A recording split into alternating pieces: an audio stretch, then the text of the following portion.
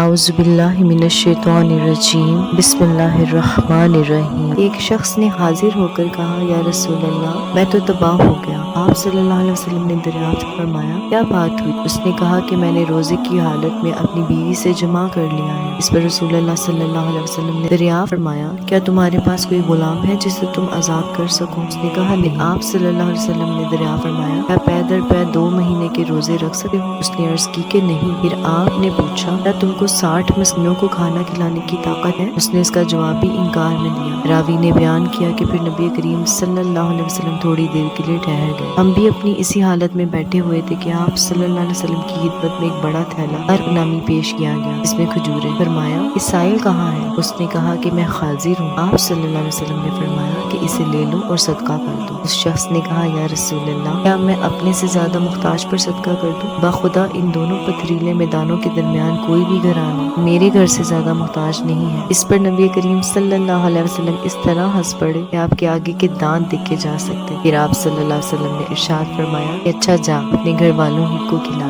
صحیح بخاری، حدیث نمبر 1937۔